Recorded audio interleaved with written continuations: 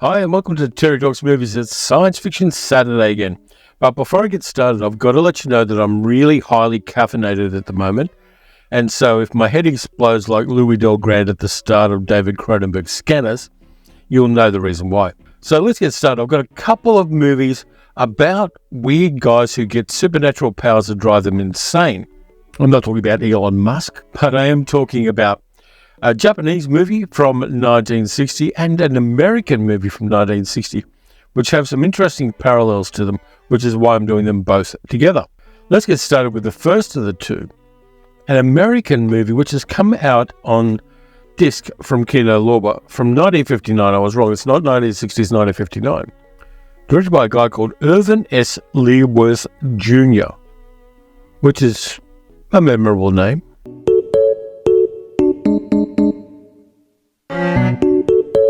"4D-Man," Robert Lansing, Lee Merriweather, and it's a banger. Not a big movie, not a movie made by a major studio. It was made by fairly small companies. And it's got some special effects that punch really well for 1959. And there are a number of movies you could make parallels with this movie with. One of which is, a little unusually, The Fly, the original version of The Fly, Kurt Newman's version from around the same time. This movie's got a lot of the same kind of science gone wrong vibes about it that The Fly has. Now, people tend to forget the 1959 Fly and concentrate on the 1985 one that Cronenberg did, but there was an earlier version, and this movie has a few parallels to it. The movie starts with a bit of a voiceover as a scientist called Tony Nelson, played by James Congdon, is fiddling around with a device he's created to create a force field that enables one object to pass through another. The Tony Nelson thing's a little bit kind of off-putting because we all know that that's the name of the character Larry Hagman played in I Dream of Jeannie, and so it messes me up a little bit when I hear them talk about Tony Nelson in this movie. And Tony's had a scientific breakthrough. He's managed to put a pencil through a piece of steel, intermingling the molecules of them so they're stuck together. He's experimenting after hours in the lab he works in, and accidentally sets it on fire and burns down the entire lab. And not too surprisingly, he gets the sack.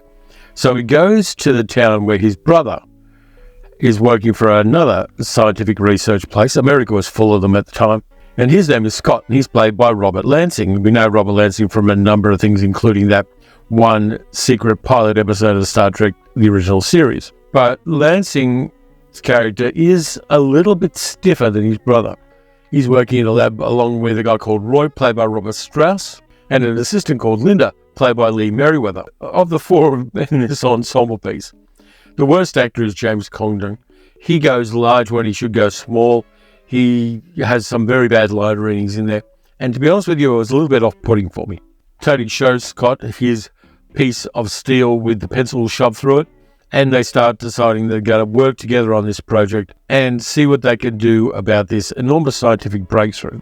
There are a few problems here because Scott is a stress puppy. He's got the hots for Linda, but he hasn't done anything about it. And then Linda sees the younger brother and decides that she's tilting her hat for him.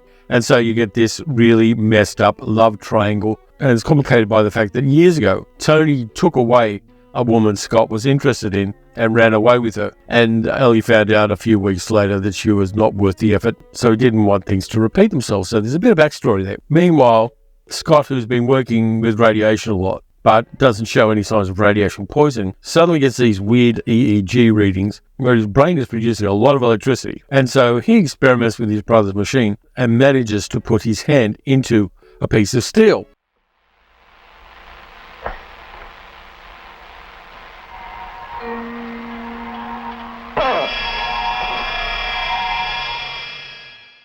They then reproduce this when his brother's around, and the brother tells him that even though he's put his hand through a piece of steel, he did it while the machine was turned off. Something about this machine in the first usage has triggered a latent power in Scott for him to be able to move through physical objects. But this being a science fiction movie of the late 1950s, there's always a downside to that. You don't get superpowers without getting a super pain in the ass to go with it. In this case, Scott wakes up the next morning and he's aged 20 or 30 years. This is not a good thing for him because he wants to get the girl and suddenly he looks old enough to be her father. by accident, he finds out that if he touches other people, he will suck the life out of them and return to a more youthful appearance. The movie does a little bit of hand-waving about the science of this, saying that when Tony uses his powers, he's actually using up a lot of time. And so he ages accordingly because he's using up part of his lifespan for this. And that the force field has created a kind of time compression that for some reason it allows him to move through physical objects. But the price is he ages a lot while he's doing it until he can suck the juice out of other people. Kind of like certain politicians. So at first Scott experiments a little bit. He steals an apple from a closed fruit vendor and sticks his hand through the glass of the window. He then steals some jewelry from another place, looks across the road, sees a bank, and decides to steal a lot of money from the bank. Then he wakes up the next morning, he's aged. So he's got a downside to his superpower here, which is such a common trait in this kind of movie at this particular time. These days you get a superpower, the worst things that happen is that somebody tries to kill you.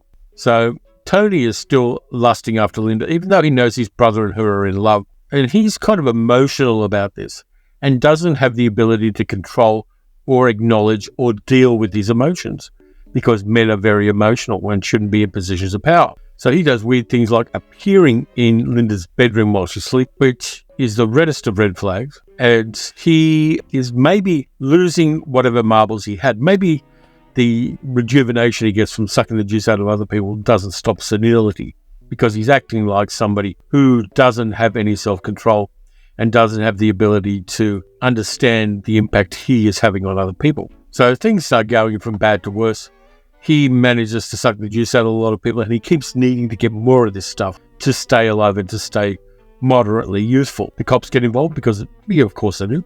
Cops have to get involved in this kind of thing, particularly when they start finding some really, really old corpses dressed in the clothes of much younger people and carrying the ID of much younger people and having the same fingerprints of much younger people. When there are the usual things happen, Scott goes into a bar and orders a beer and a sex worker slinks up to him in a slinky cocktail dress and peroxide hair. They go out driving in his convertible. He kisses her and suddenly she turns into Maria Urspanskaya. So you get those kind of things happening. There's this really odd little cameo too. Really, really, really young. Patty Duke turns up as a young girl who Linda babysits at times. And she encounters the wizened and aged Scott. And they have a little bit of an interaction. And you don't find out what happens to her. But the implication is that he also sucks all of the juice out of little child Patty Duke before she can find out that she's actually an identical cousin, which is a little trivia note and a reference that some people will get and some people won't. Now, the cops know something's up anyway because they have this weird bank robbery where money disappears from a bank vault. Something which is in common with the other movie I'm going to talk about in a moment. But one of the $100 bills gets stuck halfway through the vault door. So there's a $100 bill embedded molecularly, if that's a word, in the vault door. And this triggers an indication to the cops that something might be up. This all happens off screen, but it's a kind of nice little thing for the cops to mention. And I like the fact that they do. And there are a few things that appear off screen in this movie. For one thing, Roy, the slimy assistant played by Robert Strauss, gets killed off screen. You see somebody walking and they go, yeah, that's that guy, Roy. And then you hear him scream in the background because they obviously didn't shoot coverage on that scene while they still have Robert Strauss there for the movie. So there's a final confrontation at the lab. Tony tries to kill his own brother of necessity because he's been killing a lot of people. And then there's a confrontation not between Scott and Tony, but between Linda and Scott, where she confronts him. I'm going to talk more about that when I talk about the other movie I'm talking about. The climax of the film is the right one and is an interesting one in the same mode as many of these other movies. And there were a lot of movies like this. There were 1930s ones with Boris Karloff in them and Bela Lugosi. There was also The Indestructible Man with Lon Chaney Jr. All of these kind of things where people go through some kind of metamorphosis and suddenly they become toxic to other people, kind of like QAnon fanatics. Just to summarize on 4D Man, the special effects work well. They're not as good as they would be in a modern film, of course, but they do have their own kind of plausibility. And there are other scenes where there are some matte lines covering Scott moving through objects and things like that, but that's to be expected. There wasn't a way around that at the time. They used the special effects sparingly and briefly, but managed to convey exactly what they mean to convey with these supernatural powers that Scott Nelson suddenly has. Not a big budget picture, made not by a major studio, but by a small company wanting to make something for probably the drive-in market, because there was an immense need for genre films from a whole bunch of independent cinemas and drive-ins and things like that. So this kind of movie could make money. And I like the fact that it does as well as it does in the special effects realm. Robert Lansing is good playing Scott. He does the tonal shifts really well. Lee Merriweather is kind of okay. This was very early in her acting career, and she didn't have the acting chops she later had in things like The Time Tunnel, but she does okay in that. James Condon, as I said, really tonally moves all over the place playing Tony, and I didn't like his character, and I didn't like his way of carrying himself and the tonal shifts and the kind of exaggerated facial expressions he shows at various times. Just didn't work for me. But in this kind of low-budget film, you don't always get actors who are totally adept at what they do, so occasionally you will get that kind of odd acting in this kind of film. Movie ends with one of the great things from 1950s, 1960s science fiction movies. It ends with a the end and then a question mark. Always like a question mark at the end of these films. And it works. I mean, I've talked about this one briefly before on the channel, but the movie works. It'd be nice if somebody put out an edition here in Australia, because I had to use my multi-region play. This one's in Region A. There are a few extras on the back of this as well, if you want to take a quick look at that, which are worthwhile. I think I first saw this on late night television way back in the day. It doesn't use the usual tropes of there are some things man was not meant to know. It's got some really nice scenes of people experimenting scientifically and failing and changing the experiment, doing all that kind of proper science in there. So they've got a bit of plausibility in the science being used. Then they do go a bit way off science, really, with the idea that Scott's brain is suddenly letting him use this ability, which the force field has endowed him with in odd ways. But it works well. 1950s science fiction, not the best one, but a pretty honest and solid little piece of work. And I enjoyed rewatching it this time around. I watched it last year. I've watched it this year. I'm going to put it away for a few years now. That brings me to the second film.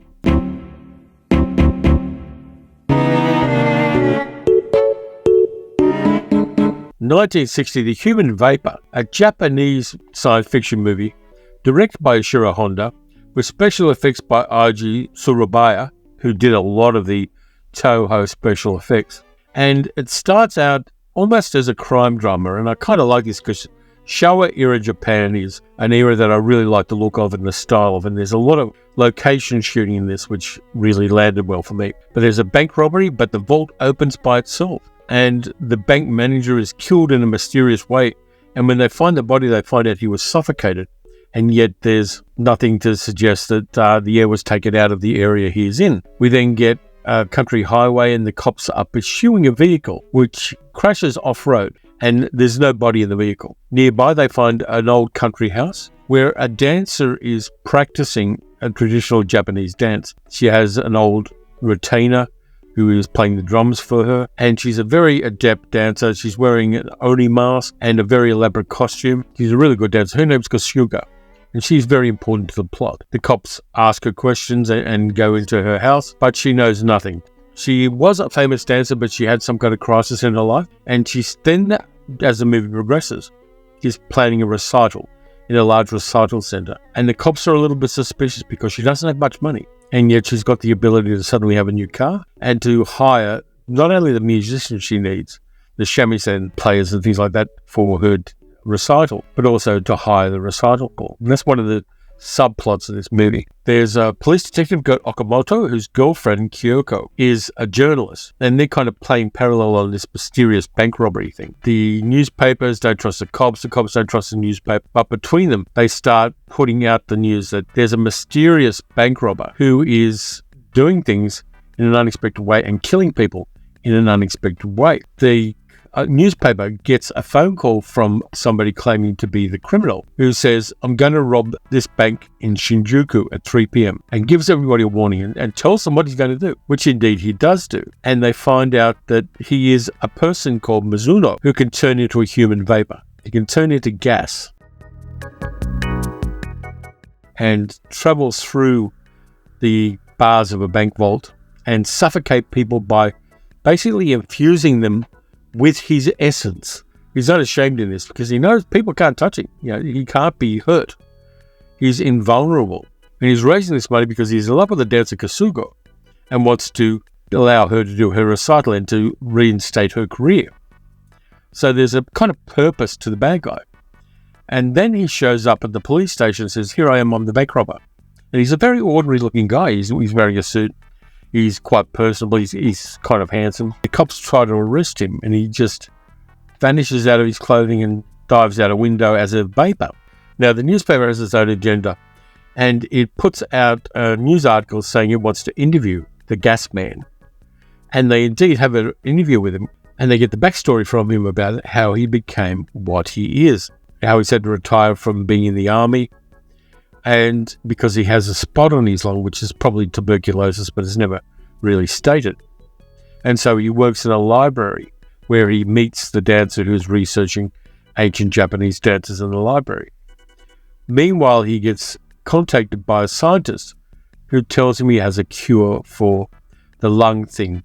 And so the scientist gives him an injection and puts him in a chamber and straps him down and tells him he's going to give him an experimental cure of this.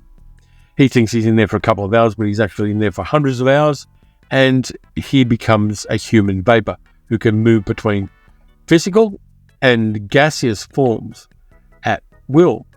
Now, Mizuno's kind of cheesed off with this because he was tricked into it. And so he kills the scientist and then goes off and he decides he's going to finance the career of the dancer. So there's a little bit of a Phantom of the Opera aspect to this movie in an interesting way. The dancer is actually arrested by the police and held in a cell. And so Mizuno goes into the police station and frees everybody from the cells because he can go in there, he can kill the cops, and he can free all the prisoners. But the dancer decides not to do that. She doesn't want to break the law. And even though there is a rapport between them, she refuses to leave her cell. And we know that she is an honorable person, even though she doesn't allow Mizuno to finance her recital because it's important to her and important to her art to be able to give it to an audience. And then the cops come up with an idea on how to stop Mizuno and unfortunately kill him. And it's all to do with the recital. And Kasuga the dancer and Mizuno fall in love as she is preparing for her recital. And so you've got this monster, essentially. The monster of the movie is also, in some ways, one of the romantic leads. There is, of course, the romance between the detective and the female journalist, which is kind of cute and a little bit light compared to the other one. But there's a real depth to the portrayal of all the characters in this one, particularly Kasuga and Mizuno, where they're both troubled people. They're both people who have had unhappiness in their lives, and they find each other. And they both have a passion for her art, and he supports her art. And everything comes to a climax, and it gives the movie a lot more weight and a lot more gravitas than it might have otherwise. Now, there are some really interesting scenes in this one. The scenes where Mizuno is watching the recital are fascinating, with him being the only person in the audience, sitting dead center, a few rows back, and enjoying it, and then the cops and the journalists flood in behind him. And the rapt look of wonder on his face as he's watching the recital is really something special. Honda does some other interesting things directorially, like when the backstory of how Mizuno becomes the gas man is told. Honda uses Dutch angles incredibly effectively during those scenes to show how mad the scientist is, to take this unknowing participant and, yes, cure his disease, but also give him a curse as well. There's a lot of Japanese culture in this with Kasuga's art and the shamisen players and the drummer and the traditional dancing she does. So there's a lot of that stuff in there. And her traditional manner of dress and her traditional manner are contrasted with the modern post-war modernity of the journalist and the cop. So you've got two different groups of people there, one of whom is very much traditional and dresses traditionally and acts traditionally, and the modern post-war Japanese people who are the cop and the journalist. So there's a lot of compare and contrast in here, which makes it kind of interesting. There's also a lot of really nice cars, post-war Japanese vehicles, which I really liked. And the street scenes, and there's some scenes in a coffee shop and a bar and a nightclub and things like that, and they're all that wonderful Showa era groovy look about them, which I really appreciated. But ultimately the movie plays out as a tragedy of two people who find a partner while they're both in a bad place in their lives. That I find really interesting, and Honda leans into that, and it gives this movie a lot more depth as a science fiction movie and as a monster movie that it would have otherwise. And I so much appreciate that. I just love the fact that the movie does that, and it does it in a touching way while still giving us all of the beats that we need of the monsters doing things. He's suffocating people. The special effects are really good. There's some good animation in this. When Mizuno's suit collapses as he turns to gaseous form, they use things like inflated balloons, which are deflated really quickly, to portray the suit falling apart. So the special effects in this work at least as well as the ones in 4D Man. And the other aspect of this, now skip ahead about 10 seconds if you don't want a spoiler, is that in each case, the female love interest takes the action that kills the monster, which I find really interesting. That is just a good way of doing it, and the responsibility of getting rid of the monster is placed in a place which is at the core of the drama, and I really appreciate that, and I liked it.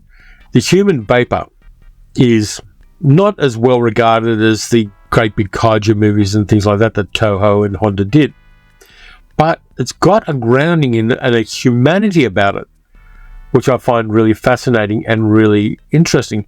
I watched the Japanese version of the movie.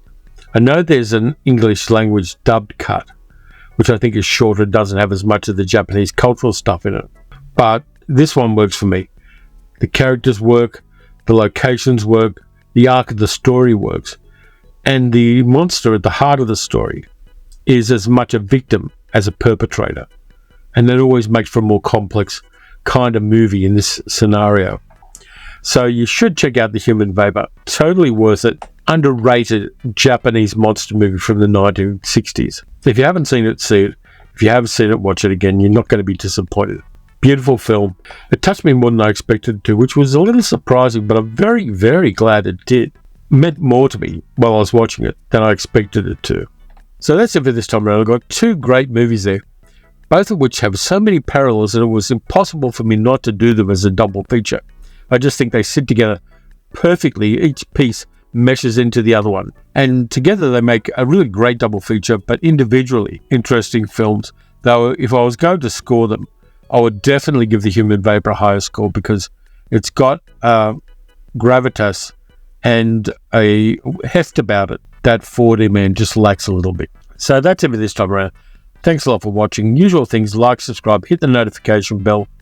You can also support the channel by becoming a channel member or by becoming a patron at patreon.com/TerryTalksMovies. Next up, I've got the Monday video, and I'm inclined to find something a bit crimey for the Monday video. I haven't quite worked that one out yet, but I will. So until then, watch some good movies, watch some bad movies, watch some Japanese Tokusatsu movies, and watch some American drive-in science fiction films from the late 1950s.